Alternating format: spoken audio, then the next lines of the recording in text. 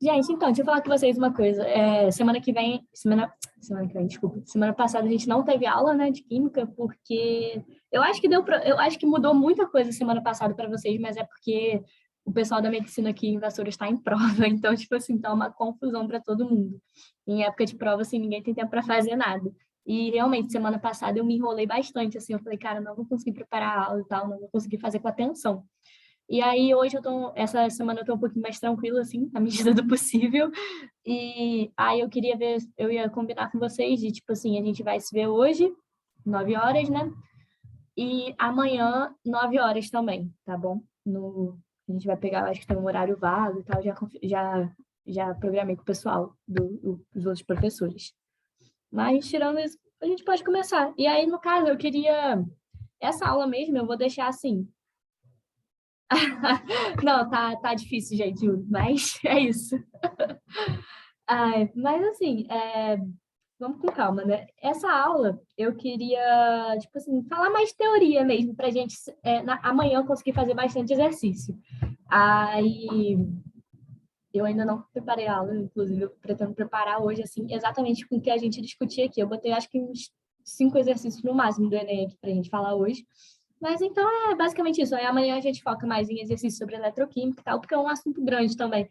E é um assunto, tipo assim, confuso, que tem que ir devagar, sabe? Detalhe por detalhe. Mas então vamos lá, calma aí. Vou botar aqui. Então, a primeira coisa que eu queria falar com vocês em relação à eletroquímica é sobre o NOx. Porque basicamente não dá para a gente fazer eletroquímica, saber fazer as questões de eletroquímica sem saber definir o NOx das situações. E aí, eu botei no caso, a gente já falou um pouco sobre íon e tal. Vocês lembram que a gente falou? Deixa eu ver isso aqui, ó. De carga positiva, carga negativa. Isso aqui geralmente indica o NOx do átomo, né? E aí, a gente tem que lembrar da estrutura do átomo. No caso, a gente tem que lembrar que, na verdade, a carga elétrica do elétron, ela é negativa. Então, tá, beleza. E aí a gente tem que pensar, quando a gente tem uma carga negativa, então, tipo, igual aqui, ó, eu tenho o flúor -1, o que isso quer dizer pra gente? Quer dizer que se ele ficou mais negativo, ele ganhou elétron. Aqui, ó, carga negativa ganhou elétron. Se ele ficou positivo, quer dizer que ele perdeu carga negativa, ou seja, ele perdeu elétrons. Então, tá bom. Então, aqui tem algumas regrinhas para a gente conseguir determinar o NOx. Lembrar que o NOx de substâncias simples é sempre igual a zero. Então, tipo assim, do gás nitrogênio, o NOx não está aparecendo, mas a gente sabe que é zero. Do gás oxigênio, o NOx é zero. Mas, quando a questão fala que é um íon e não uma substância simples, aí a gente já sabe que é o Na, por exemplo, mais 1. Aí a gente sabe que o íon corresponde, a carga do íon corresponde ao NOx, que vai ser mais 1 também. O O menos 2, enfim. Vamos lembrar também que tem os NOx fixos, que são o hidrogênio, né, que é o NOx mais 1, o oxigênio, que é o NOx menos 2, os metais alcalinos, que são aqueles que estão na tabela periódica, na família 1A, tem o NOx mais 1, os metais alcalinos terrosos, que estão na família 2A da tabela periódica, tem o NOx mais 2, e os halogênios, que são da família 7A da tabela periódica, tem o NOx menos 1. Então, vamos lá. Agora, o que é a eletroquímica? O que a eletroquímica estuda? Vai ser a relação da eletricidade com as reações químicas. E sempre vai envolver transferência de elétrons, que é a nossa carga negativa. E aí, a gente tem que saber que sempre que tiver transferência de elétrons, a gente vai ter uma reação de oxirredução. Porque sempre que tiver uma oxidação, vai ter uma redução, e sempre quando tiver uma redução, vai ter uma oxidação. Então, a gente fala, reação de oxirredução. E aí, a gente tem que saber que sempre quando a gente perder elétrons, ou seja, quando a gente ficar mais positivo, né, a gente vai ter, então, uma oxidação. Quando a gente ganhar elétrons, ou seja, a gente vai ficar mais negativo, a gente vai ter uma redução. Deixa eu só fazer um negócio aqui, gente, um minutinho, que eu tenho que tirar print do início da aula, eu estava esquecendo disso. Mas, enfim, agora foi. Pronto. Quando a gente ganha elétrons, então, é uma redução. Então, vamos aqui ver o exemplo. Eu tenho o Mn aqui, que ele está com NOx mais 7. E aqui, ele resultou, no produto eu também tenho MN, só que ele está com NOx mais 2. De mais 7 para mais 2, eu perdi, eu diminuí, certo? Então, eu sofri uma redução. Gente, é fácil. Reduziu é redução. Se o NOx reduziu do reagente para o produto. Aqui eu tenho menos 1 do CL e aqui o CL está como substância simples, né? Então é zero. Então, de menos 1 para zero, eu aumentei. Então, eu sofri uma oxidação. Então, vamos lá. Então, agora a gente tem nossa primeira questão, que foi do Enem PPL, na verdade, que aqui está 2021, mas é o PPL. Mas, enfim, então vamos lá. Os objetos de prata tendem a escurecer com o tempo, em contato com compostos de enxofre, por causa de uma película superficial de sulfeto de prata, que é escuro. Um método muito simples para restaurar a superfície original desses objetos é mergulhá-los em uma solução diluída, aquecida de hidróxido de sódio, NaOH, contida em uma panela comum de alumínio. A equação química que ilustra esse processo é...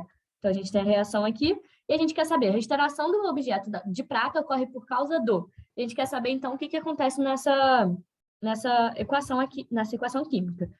Então, vamos lá. Vou botar aqui rapidinho. Então, vamos lá.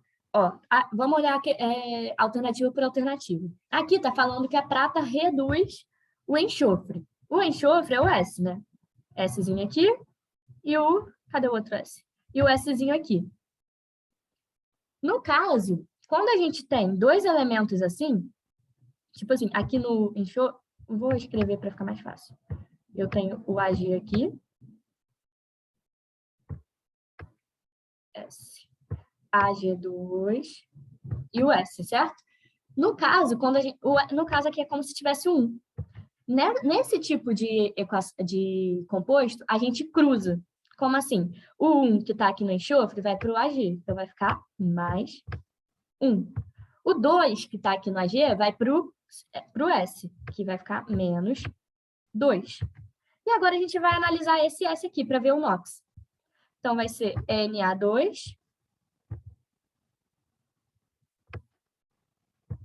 e S. Vai ser a mesma coisa. Vai ficar mais aqui, mais 1, e menos 2.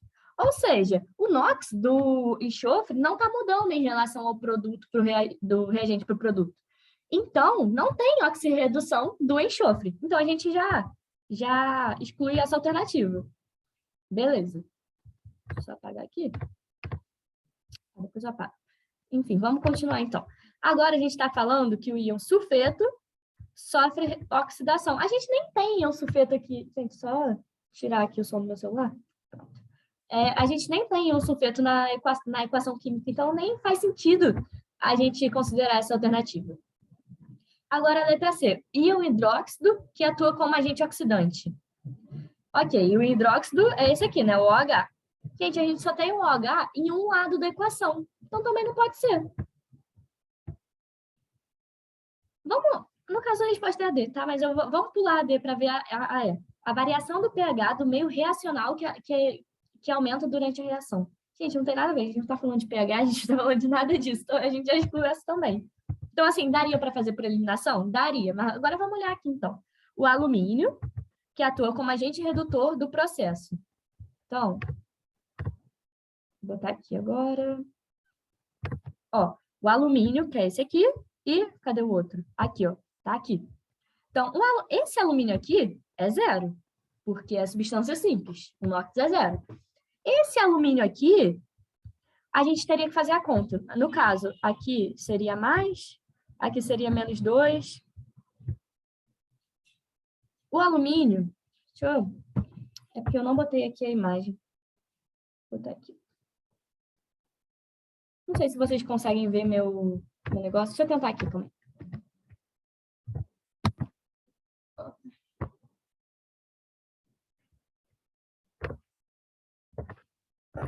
Vocês estão vendo a tela? Ah, não? Ah, tá, tudo bem, eu colo, não tem importância não. Tabela periódica.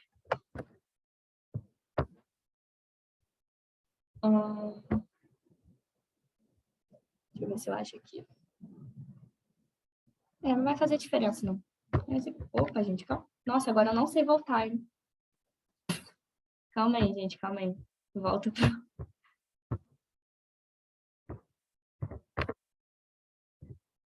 Foi. Voltou aqui. Enfim, vamos voltar aqui, então, que vai ficar mais fácil. No caso daqui, o alumínio, a gente tem um NOx fixo de +3. Então assim, a gente está indo de um NOx 0 para um NOx +3. Vocês percebem, então, que a gente está aumentando o NOx. Se a gente está aumentando o NOx, é uma oxidação. E aqui, no caso, eu até botei da prata para mostrar que a prata que está sofrendo uma redução. A prata aqui é +1, aqui é 0. Então, porque foi o que eu falei para vocês, sempre quando a gente tem uma reação de oxirredução, tem que ter um que reduz e o outro que oxida. Então, a gente tem o que faz a oxidação e o que faz a redução. Agora fica fácil, porque... Fica fácil mais ou menos, porque a gente precisava saber outro conceito para fazer essa questão. O alumínio atua como agente redutor no processo. Como assim agente redutor se ele está fazendo oxidação? Então, gente, isso é um conceito que a gente tem que lembrar, que vai ser sempre invertido. O agente redutor vai ser aquela substância que vai possuir o elemento que se oxida. Ou seja, é a substância que vai sofrer oxidação. Assim como a prata vai ser o agente oxidante, porque ela faz parte do elemento que sofre redução. É invertido, vocês entenderam? Então, isso tem que tomar cuidado, é um conceito que a gente tem que ter. E tinha que saber, no caso, que de todas as formas sofre oxidação. Então, a resposta é a letra D. Então, vamos lá agora. Em 2019, essa. Estudos mostram o desenvolvimento de biochips utilizados para auxiliar o diagnóstico de diabetes mellitus, doença evidenciada pelo excesso de glicose no organismo. O teste é simples e consiste em 2 reações sequenciais na superfície do biochip, entre a amostra de soro sanguíneo do paciente, enzimas específicas e reagente iodeto de potássio, conforme mostrado na imagem. Após a adição de soro sanguíneo, o fluxo desloca-se espontaneamente da esquerda para a direita, promovendo reações sequenciais, conforme as equações 1 e 2. Na primeira, a conversão de glicose no sangue em glucônico, em ácido glucônico, gerando peróxido de hidrogênio. Na segunda, o peróxido de hidrogênio reage com íons iodeto, gerando triiodeto, água e oxigênio. Está perguntando que tipo de reação acontece nesses processos, nessa equação aqui e nessa equação aqui. Se eu não me engano, a gente fez essa questão na aula de reações orgânicas. 2 formas de fazer, né? A primeira é aqui, ó, a gente tem a fórmula da glicose e a gente percebe que a glicose está ganhando oxigênio. A gente falou isso na aula de reações orgânicas, que tipo, se está ganhando oxigênio, é uma oxidação. A gente já poderia perceber a questão por isso. Mas, e até aqui, ó, a gente percebe que está perdendo o H2O2, perdeu o oxigênio. Então, está acontecendo uma redução. Pelo conceito da química orgânica, a gente já conseguiria resolver a questão. Ok. Mas, se a gente quisesse perceber pela química inorgânica, a gente perceberia que o NOx do oxigênio está mudando tanto aqui quanto aqui. E aí a gente chegaria à seguinte resposta, que seria oxirredução mesmo, porque tem um que faz oxidação e outro que faz, que é a equação 1, e a equação 2 que faz redução. Beleza. E agora eu vou com calma com vocês aqui para explicar a pilha. Gente, a pilha, a gente tem que pensar, vamos pensar primeiro em compostos separados. Ó, vamos pensar aqui que a gente tem uma solução com esse composto aqui. E a gente botou uma barra de zinco. Nisso, a gente esperou um tempinho e essa barra de zinco apresentou uma coloração diferente, que foi basicamente por depósito de cobre nessa barra de zinco. Então, o cobre que estava na solução foi para a barra de zinco. Ok. Então, a gente teria mais ou menos essa equação aqui. O composto da solução mais o zinco, né, que é a barra, que vai dar o cobre sozinho e o composto, que vai ser no caso, vai juntar o SO4 com o Zn, né? Mas, enfim, essa parte não é importante. O que a gente precisa saber? Que esse cobre aqui, ele vai ter o NOx +2. Aqui, ó. É porque, no caso aqui era para ter um mais, tá bom? Aqui ele vai ter um NOx mais 2. Se ele tem um NOx mais 2, e aqui ele vai ser o cobre metálico, que ele está sozinho, vai estar com substância simples, então ele vai ter um NOx zero. Eu estou tendo, então, de mais 2 para zero, eu estou tendo uma redução, ok? Do zinco, que está como composto simples, ou seja, é zero aqui, e ele ganhando mais 2 aqui, eu tenho uma oxidação, porque é do zero para mais 2. Então, o cobre sofre redução e o zinco, oxidação. Ok.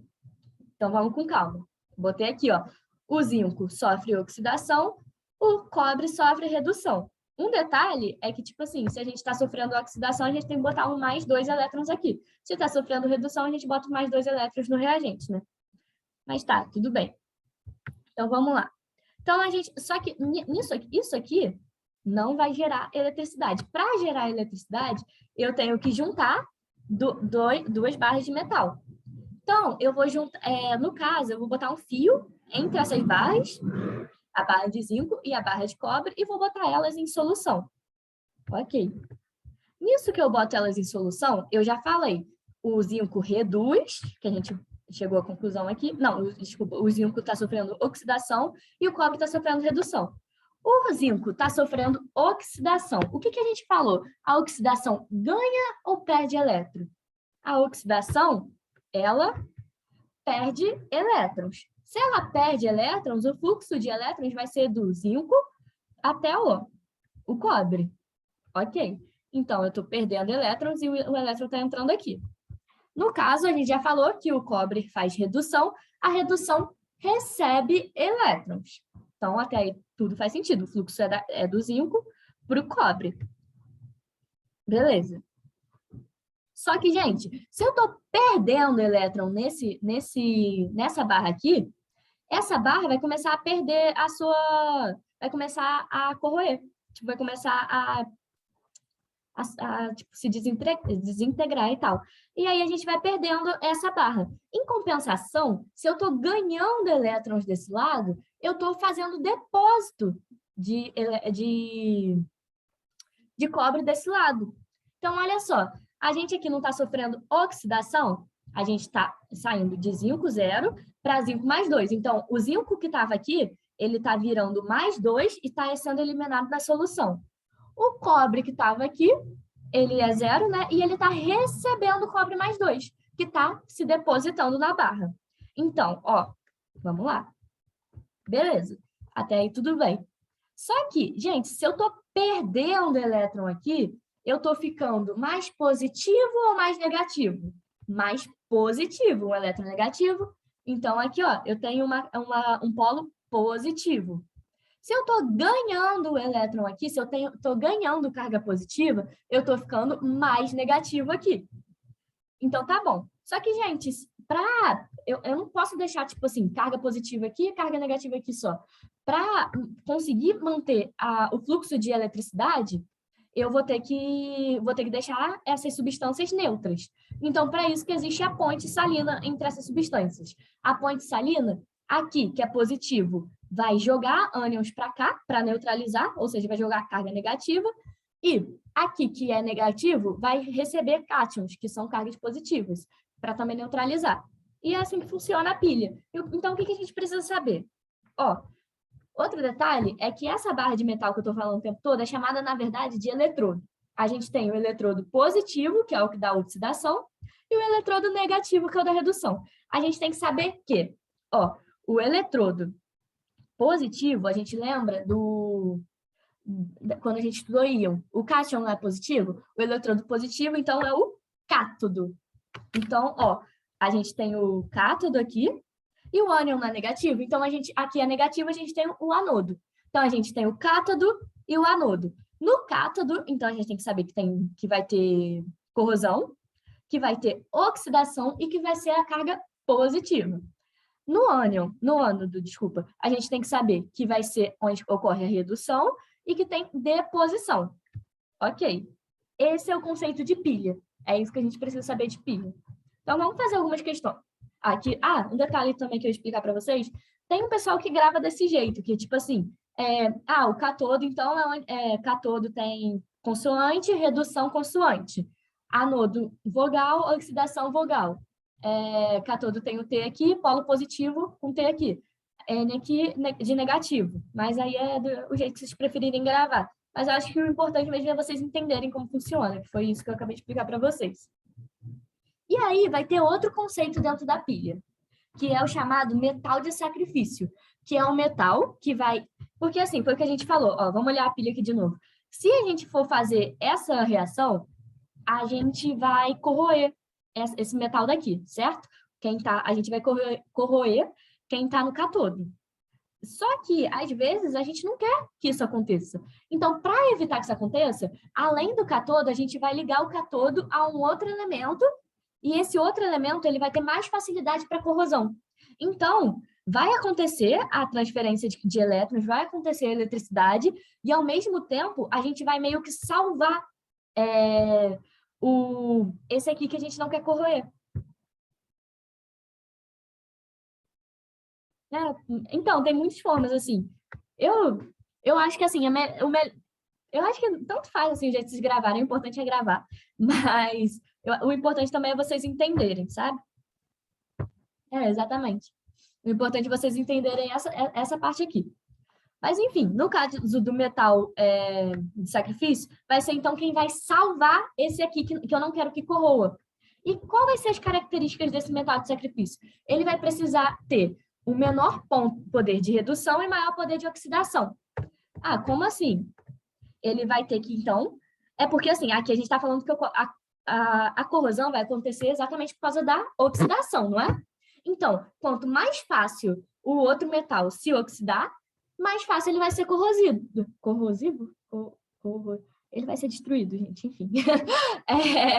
E aí tá, beleza. Então, a gente tem que saber que o metal de sacrifício, ele tem que ser aquele com menor chance de redução e maior chance de oxidação. Ok? E a gente tem uma forma de medir essa capacidade de perder ou ganhar elétron, ou seja, de se oxidar ou de reduzir, que é o potencial padrão do eletrodo. Tem o potencial de redução e tem o potencial de oxidação. O potencial de redução é a tendência do elemento de sofrer redução. O potencial de oxidação é a tendência do elemento de sofrer oxidação. Então, vamos lá, vamos dar uma olhada para a gente aplicar essa parte do metal de sacrifício, então. Algumas moedas utilizam cobre metálico em sua composição. Esse metal, ao ser exposto em ar úmido, na presença de CO2, sofre oxidação formando o zinabre, um carbonato básico dessa fórmula aqui, né, que é tóxico ao homem e, portanto, caracteriza-se como um poluente do meio ambiente. Com o objetivo de reduzir a contaminação com o zinabre, diminuir o custo de fabricação e aumentar a durabilidade das moedas, é comum utilizar ligas resultantes de associação do cobre com outro elemento metálico. A propriedade que o metal associado ao cobre deve apresentar para impedir a formação de zinabre nas moedas é em relação ao cobre.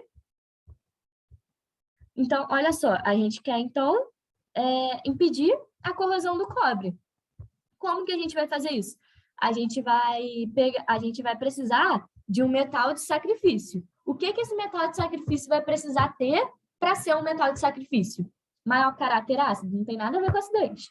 Maior número de oxidação, maior NOx, assim, tipo, não faz sentido, tipo, maior NOx ter diferença para o metal de sacrifício. Menor potencial de redução, menor capacidade de reação, menor número de elétrons na camada de valência.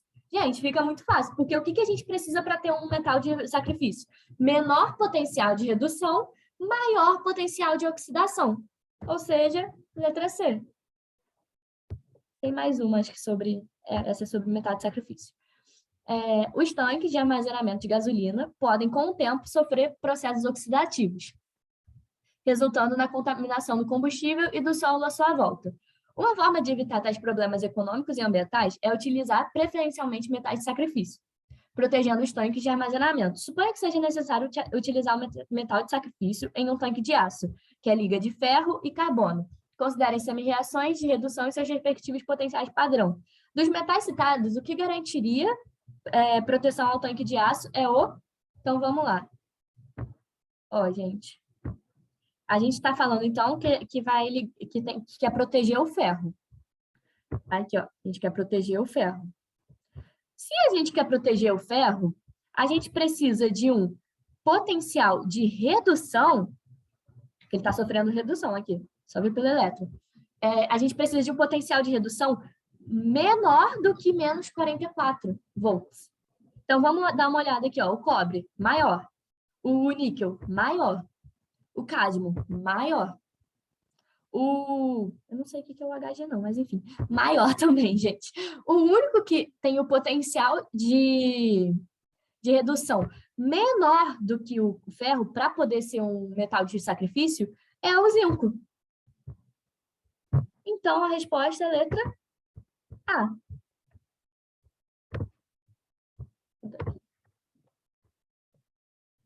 Aqui, ó, metal de sacrifício é algum elemento que tenha o menor potencial de redução ou maior potencial de oxidação. Letra A. Vamos lá, mais um. Para vocês verem como cai metal de sacrifício. Tipo assim, só esse tema já cai muito. Então, eu quis focar mais tipo, em conceituar nessas aulas, nessa primeira aula, do que ficar fazendo questão e tal. Por isso que na próxima que a gente vai fazer bastante questão. Mas, enfim, as pilhas recarregáveis, bastante utilizadas atualmente, são formadas por sistemas que atuam como uma célula galvânica, enquanto estão sendo carregadas, e como célula eletrolítica, quando estão sendo recarregadas. Uma pilha é formada por elementos níquel e cádmio, e seu carregador deve fornecer uma diferença potencial mínima para promover a recarga. Quanto maior a diferença de potencial gerada pelo carregador, maior será o seu custo. Considere os valores de potencial padrão de redução dessas espécies. Teoricamente, para que um carregador seja ao mesmo tempo eficiente e tenha o menor preço, a diferença de potencial mínima em volt que ele deve superar é de... Então, olha só, a gente quer saber basicamente a DDP. Vocês perceberam? Da pilha. E aí, como que a gente vai calcular essa DDP? A DDP é o potencial de oxidação mais o potencial de redução. E tá, beleza. Mas aqui a questão deu os dois potenciais de redução. Como que eu sei qual potencial de redução eu vou usar e qual potencial de oxidação eu vou usar? É fácil. A gente vai usar o potencial de redução padrão, vai ser sempre o maior entre eles. Ou seja, qual é maior aqui? O menos 0,402 ou o menos 0,230? O menos 0,230, né? Então, olha só, a gente vai usar o menos 0,230 como potencial padrão de oxidação, e o de redução, desculpa, e o de redução, não, peraí, gente, potencial de redução para não. Porque eu botei fora da ordem, mas enfim. O de redução, o de oxidação, a gente vai pegar o próximo. Calma aí, eu acho que eu inverti aqui alguma coisa. É menos... Não, beleza, tá certo, então. Aí, no caso, a gente vai considerar esse daqui como o potencial de oxidação. Porque o potencial de redução e de oxidação, eles são numericamente iguais. O que muda entre eles é o sinal. Por isso que eu estava confusa aqui, mas eu errei mesmo. Aqui, no caso, é para ser mais. Pronto. Então, olha, aqui a gente considerou o potencial de redução, porque ele é o maior, e para fazer o potencial de oxidação, a gente pega o mesmo número, só que a gente inverte o sinal. Aqui não está menos, vai ficar mais. Então, vai ficar menos 0,230 mais 0,402. Essa conta vai dar 0,172. A resposta é a letra B. Então, beleza. Então, vamos para a próxima agora. Grupos de pesquisa em todo o mundo vêm buscando soluções inovadoras, visando a produção de dispositivos para a geração de energia elétrica. Dentre eles, pode-se destacar as baterias de zinco-ar, que combinam o oxigênio atmosférico e o ar metal zinco. Não, desculpa, gente. Calma aí. Que combinam o oxigênio atmosférico e o metal zinco em um eletrólito aquoso de caráter alcalino. O esquema de funcionamento da bateria zinco-ar está apresentado na figura. Então, a gente tem a figura aqui, e eu quero saber, no funcionamento da bateria, a espécie química formada no anodo. Então, vamos lá. Gente, a gente teria que realmente reparar na figura. Aqui a gente tem uma membrana, né, separando as soluções, e aqui a gente tem os nossos eletrólitos. Eu quero saber primeiro qual é o anodo e qual é o catodo. Para saber isso, a gente tem que perceber que está entrando oxigênio no eletrodo e está saindo OH. Então, a gente vai fazer aqui, ó. A gente percebe, então, que o O2 ele vai ser o reagente, o OH vai ser o produto. Beleza? E aí tá. Se eu tenho o O2 aqui, eu tenho que lembrar que é uma substância simples. NOx zero. Aqui, nessa equação, eu tenho o NOx do oxigênio é fixo, né? Menos 2. Eu tenho o NOx menos 2. De 0 para menos 2, eu aumentei ou diminuí? Diminuí. Sofri redução. Beleza. No zinco, no caso aqui, vamos olhar aqui. Tá, a gente tem um eletrodo de zinco que está dando essa substância aqui, que é o hidróxido de zinco. Então, eu tenho o zinco formando o hidróxido de zinco. O zinco sozinho é o zero. O zinco, nessa condição, é mais 2. Então, de 0 para mais 2, a gente tem uma oxidação. Então, a gente já descobriu onde reduz e onde oxida. Ok. Aí a gente tem que lembrar, no K, a gente quer saber no anodo. O anodo, ele sofre oxidação ou sofre redução? O anodo, vogal com vogal, oxidação. Quem está oxidando? O zinco. Então, agora fica fácil. A espécie química formada no anodo é o zinco. Aqui, ó, a gente formou exatamente o hidróxido de zinco aqui, ó. É porque essa questão era ruim no sentido de, tipo assim, você tem que perceber que a imagem tinha a resposta, porque às vezes a gente pula a imagem e não percebe que tem a resposta, sabe? Então, assim, é uma dica para vocês. Tentem ver se conseguem tirar alguma resposta da imagem, porque geralmente dá. Ah, beleza, então vamos lá. Um detalhe que eu queria falar para vocês é que quando a gente estuda eletroquímica, a gente fala de duas possibilidades.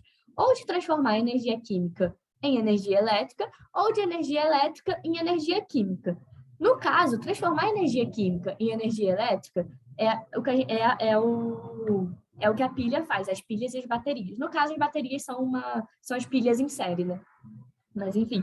No caso, a transformação de energia química em energia elétrica é um processo espontâneo. Mas, quando a gente quer transformar energia elétrica em energia química, é o que a gente chama de eletrólise, e é um processo não espontâneo, porque a gente precisa botar aqui, ó, um gerador para que essa conversão de energia elétrica em energia química ocorra. Porque ela não vai acontecer naturalmente, como acontece na pilha. Então, vamos dar uma olhada agora na eletrólise. A eletrólise, então, foi o que a gente falou, é a transformação de energia elétrica em energia química. E aí, a gente pode fazer essa transformação em uma solução aquosa ou em uma solução iônica. Se for uma solução iônica, vai ser a eletrólise ígnea. Se for uma solução aquosa, vai ser uma eletrólise em meio aquoso. Beleza. Então, como é que vai acontecer a eletrólise? A gente vai ter um gerador aqui, né? Eu não sei se vocês já estudaram isso em química, mas sempre em física. Mas sempre que a gente tiver a representação de um gerador, o tracinho maior vai ser positivo, o tracinho menor vai ser negativo. No caso da eletrólise, então, não é igual a pilha que a gente tem que descobrir qual é o polo positivo e qual é o polo negativo. A eletrólise, não. A gente já tem o polo positivo definido pelo próprio gerador. Então, aqui, a gente tem o polo positivo do gerador, o polo negativo do gerador. Consequentemente, esse eletrodo aqui vai ser negativo e esse eletrodo aqui vai ser positivo. Beleza. No caso, a gente vai ter, então, uma solução aqui, tanto com cátions quanto com ânions. Se aqui é positivo e aqui é negativo, a gente tem que lembrar que os opostos se atraem. Então, o ânion é negativo.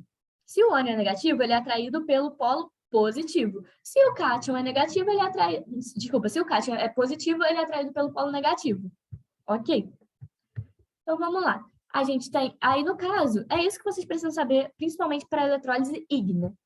Para a eletrólise aquosa, a gente tem um pequeno detalhe. E aí eu vou explicar a partir de um exemplo. Porque na eletrólise aquosa, a gente sempre tem que fazer a autoionização da água. Tá? Que no caso é essa equação aqui, que é o H2O gerando H mais OH. E aí, tá, mas o que vai acontecer então? Então, por exemplo, eu tenho uma solução aquosa de NaCl. Se eu tenho uma solução aquosa de NaCl, eu vou fazer a dissociação do NaCl e faço a dissociação da água. E vou comparar as duas equações. Então, aqui eu tenho Na mais Cl, aqui eu tenho H mais OH. Ok. Então, gente, a partir disso, eu vou querer descobrir quem é o catodo e quem é o anodo. Mas como que eu vou descobrir isso? Se eu estou vendo duas equações, e nessas equações, tipo, eu tenho tanto um cátion quanto o ânion. Qual que eu vou escolher? Qual que eu vou usar? No caso da eletrólise aquosa, a gente tem uma ordem de prioridade de descarga de íons, que é essa aqui, ó, essa aqui de baixo. Primeiro, a gente tem os metais alcalinos, os metais alcalinos terrosos, ou o alumínio, e aí o H e os demais cátions. E aí aqui a gente tem os ânions oxigenados e o fluoreto, o OH, os ânions não oxigenados e o hidrogênio fosfato. Então, vamos lá. Se eu quero, então, escolher qual cátion eu vou usar entre o Na e o H+, qual que eu vou usar? Ó, aqui, ele é metal alcalino? O Na é metal alcalino, né, gente? É um A, família 1A. Não, não é metal alcalino, não. Não tô lembrando agora. Para mim era. Gente, vocês que estão estudando aí. Não é, né? Mas, enfim, achei que viajei. Então, entre o Na... Então, eu não tô lembrando onde fica. Deixa eu ver aqui. Até confirmar agora qual família do sódio. Eu não sei porque eu não botei tabela periódica nessa aula. Tinha que ter botado. Enfim.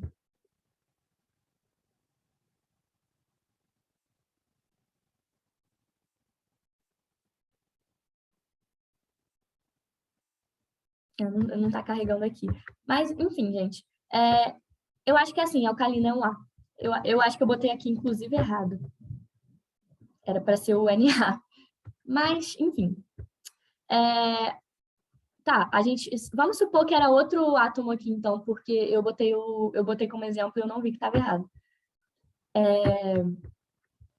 Então, vou até mudar aqui, botar um X, só para não confundir vocês, porque está errado realmente.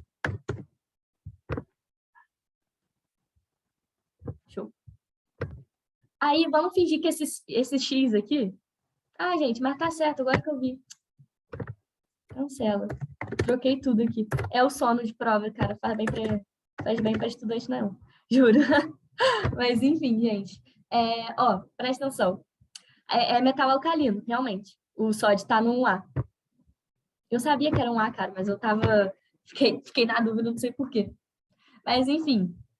É metal alcalino, então, sódio. E o H tá aqui. Vocês estão vendo que o H é maior do que o metal alcalino? A gente está falando aqui de ordem crescente. Se o H é maior que o metal alcalino, ou seja, maior que sódio, a gente vai usar o H. Ok? Já decidimos usar o H. E aqui agora, entre o cloro e o OH. O cloro é um ânion oxigenado? Não. É o fluoreto? Não. O OH, ânion não oxigenado. Então, o cloro é maior. Qual que a gente vai usar, então? O cloro e o H+. Então, vamos lá. Aqui, ó. Então, no catodo, né? A gente vai usar o H+. No anodo, a gente vai usar o Cl-. E aí, no caso, a gente vai ter 3 produtos dessa reação da eletrólise aquosa. O gás hidrogênio no catodo, né? Que é esse daqui. O gás cloro no anodo. E o que sobrou, que a gente não usou, o sódio e não usou o hidróxido. Então, sobrou o hidróxido de sódio da equação. Entenderam, gente? Na verdade, eu queria realmente, tipo assim, só que vocês entendessem o conceito de pilha e eletrólise para essa aula, porque foi o que eu falei. Próxima aula que eu queria que a gente pegasse questão mesmo, já sabendo mais a matéria, sabe? E, enfim, era isso que eu tinha para falar hoje também, tipo, não tinha tanta coisa para falar, então acho que a gente terminou até um pouquinho mais cedo, mas se não tiver mais dúvida, gente, vou terminar aqui.